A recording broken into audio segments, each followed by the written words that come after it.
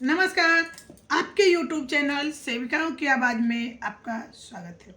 बहनों, आज हम बताने वाले हैं ट्रेड यूनियन के द्वारा 16 फरवरी को राष्ट्रव्यापी हड़ताल की घोषणा की गई है। ऐसे में हमारी सेविकाएं क्या सोचती है, क्या करेगी, इस पर मैं अपना विचार दूंगी। लेकिन इससे पहले उन यूनियन वाले जिन्होंने हड़ताल की घोषणा की है, उनके लेटर के बारे में मैं पहले विस्तार से आप लोगों को बताऊंगी। लेकिन ध्यान रहे, आप वीडियो को पूरा देखेंगी तभी सारी बातें आपकी समझ में आएगी। अगर आप हमारे चैनल पे नए हो तो चैनल को सब्सक्राइब कर लें। आज मैं वीडियो पर लाइक और कमेंट ही नहीं बल्कि कहूंगी कि वीडियो को हर सेविकाओं तक शेयर करें ताकि सभी बहनों की बंद आंखें खुल जाए। तो आइए, सबसे पहले मैं आपको लेटर दिखाऊंगी, उसके बाद मैं फिर अपना विचार दूंगी और सेविकाओं की ओर से उठ रही आवाज को भी मैं बुलंद करूंगी। देख सकते हैं आप कि डायरेक्टर ICDS को बिहार राज्य आंगनबाड़ी संयुक्त संघर्ष समिति के द्वारा लेटर भेज दिया गया है, जिसका विषय है केंद्रीय ट्रेड यूनियन। ध्यान से सुनना है आप लोगों को जो मैं आपको सुनाना चाह रही हूं। केंद्रीय ट्रेड यूनियन एवं संयुक्त किसान मोर्चा के एक दिवसीय राष्ट्रव्यापी हड़ताल के आह्वान पर, यानी कि ट्रेड यूनियन एवं संयुक्त किसान मोर्चा एक दिन का राष्ट्रव्यापी हड़ताल का घोषणा किया है। संयुक्त संघर्ष समिति बिहार द्वारा अपनी मांगों के समर्थन में घोषणा संयुक्त किसान मोर्चा ने किया है और बिहार के आंगनबाड़ी संयुक्त संघर्ष समिति जो है वो अपना मांग का समर्थन में, पता नहीं कब से आंगनबाड़ी किसान हो गई। चलिए आगे दिखाते हैं और क्या क्या है। 16 फरवरी 2024 को केंद्र सरकार के, फिर देखिए ध्यान से देखिए, कि श्रमिक एवं किसान विरोधी नीतियों के साथ साथ आंगनबाड़ी सेविका सहायिका के मानदेय बढ़ोतरी नहीं करने, जब घोषणा किसान ने किया है कि 16 फरवरी को और श्रमिक ने, तो उसमें आंगनबाड़ी की मांग फिर अटपटी सी कुछ दिख रही है। आंगनबाड़ी उसी के समर्थन में क्यों उतरेगी? आंगनबाड़ी ने जब इतना बड़ा हड़ताल किया तो किसान इसके समर्थन में सड़क पर क्यों नहीं उतरे? रसोइया इसके समर्थन में क्यों नहीं उतरे? आज उन लोगों के समर्थन में हम क्यों हड़ताल में जाए भाई? चलिए आगे बढ़ते हैं। ICDS के बजट में भारी कटौती करने के विरोध में एवं सरकारीकरण करने, और जब तक सरकारीकरण नहीं किया जाता है तब तक वही रटा रटाया 25,000 रुपया मानदेय, न्यूनतम मानदेय। फिर आगे यही केंद्रीय ट्रेड यूनियन एवं संयुक्त किसान मोर्चा के एक दिवसीय हड़ताल का, ध्यान से देखिएगा, यही पॉइंट देखने वाला है कि ट्रेड यूनियन एवं किसान मोर्चा के एक दिवसीय राष्ट्रव्यापी हड़ताल के समर्थन करते हुए परियोजना कार्यालय के समक्ष आंगनबाड़ी सेविका प्रदर्शन करेगी और सभी आंगनबाड़ी केंद्र बंद रहेंगे। सेविका सहायिका परियोजना कार्यालय के समक्ष धरना प्रदर्शन करते हुए केंद्र सरकार को अपना मांग केंद्र सरकार के लिए CDPO को समर्पित करेगी। चलिए मैंने लेटर आपको दिखा दिया और एक चीज और आपको दिखाऊंगी जिसमें कि कुमार बिंदेश्वर जी ने लिखा है कि मोदी सरकार जो है, तो एक बार फिर राष्ट्रव्यापी हड़ताल की शुरुआत की गई है। अभी सितंबर माह में जो हड़ताल शुरू हुई थी उसका नतीजा हमारी सारी सेविकाओं ने देखी और बहनों ने महसूस किया।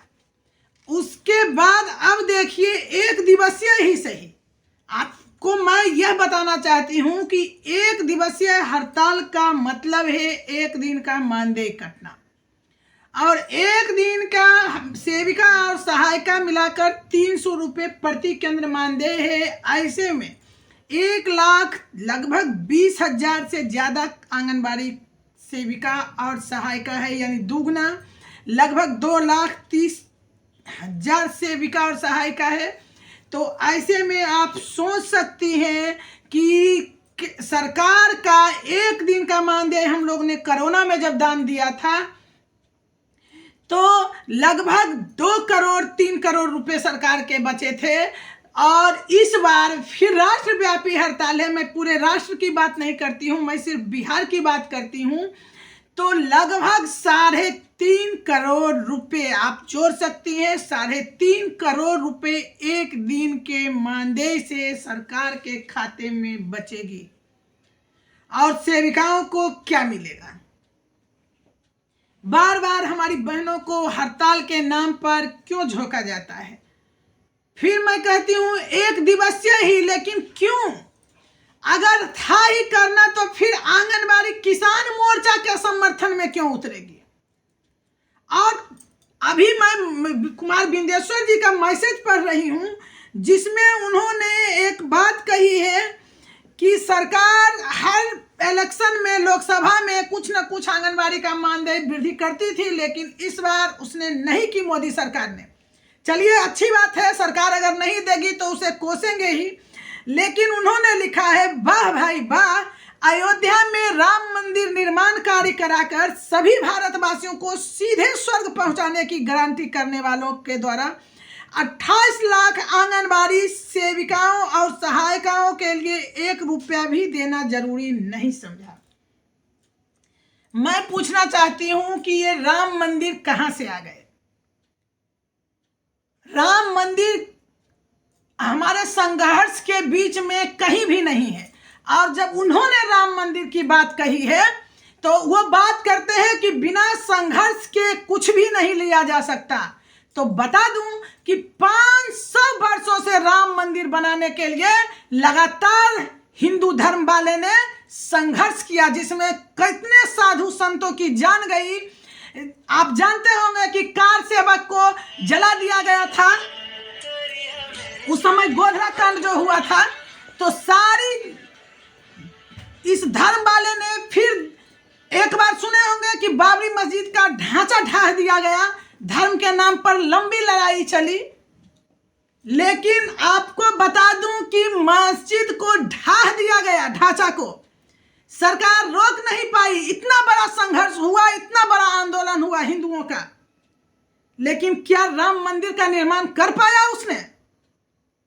बाबरी मस्जिद को टुकड़े टुकड़े करके ईंट और सीमेंट का पता नहीं था, समतल बना दिया गया, लेकिन क्या राम मंदिर बन गया था? तो फिर कैसे कहते हैं कि संघर्ष से ही सब कुछ प्राप्त किया जा सकता है? यह संघर्ष नहीं, कोर्ट का आदेश हुआ। और जब सुप्रीम कोर्ट में केस जीता गया साक्ष्य के आधार पर, तो सरकार को जब कोर्ट का फैसला आया, मंदिर मोदी सरकार तो 10 वर्ष हो जाएगा इस साल उनका प्रधानमंत्री बने हुए, क्यों नहीं बना पाए मंदिर? उनकी सरकार थी, उनकी हुकूमत थी, वो देश के प्रधानमंत्री हैं। जी नहीं, जब तक कोर्ट का निर्देश नहीं होगा, हमारा संविधान कहता है कि जब तक निर्णय नहीं देगा कोर्ट, तब सरकार चाह के भी कुछ नहीं कर सकती। और बात करते हैं कि संघर्ष से ही सब कुछ हो सकता है। संघर्ष से, हाँ, संघर्ष से हम अपनी बातों को पहुंचा सकते हैं, आंदोलन के द्वारा अपनी मांगों को रख सकते हैं, लेकिन ऐसा नहीं है कि हम उसी के द्वारा पाएंगे। आज भी अगर रामलला का मंदिर बना है तो वो सुप्रीम कोर्ट के आदेश के बाद ही बनना शुरू हुआ।